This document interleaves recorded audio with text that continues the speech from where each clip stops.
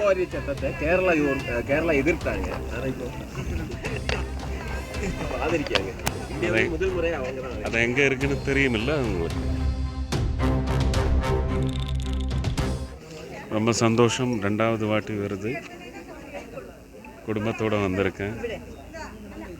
முருகனை வேண்டி பிரார்த்தனை செஞ்சு சந்தோஷமாக திருப்பி வீட்டுக்கு போகிறோம். பண்ணுற வேலையெல்லாம் நல்லா வந்து ஜனங்களுக்கு அமையணும். ஜனங்களுக்கு தகுந்த மாதிரி வேலையும் பண்ணுறதுக்கான சக்தி கிடைக்கணும். அதுக்காக வாரிய சட்டத்தை கேரளா எதிர்த்தாங்க. ஆனா இப்போ ஆதரிக்காங்க.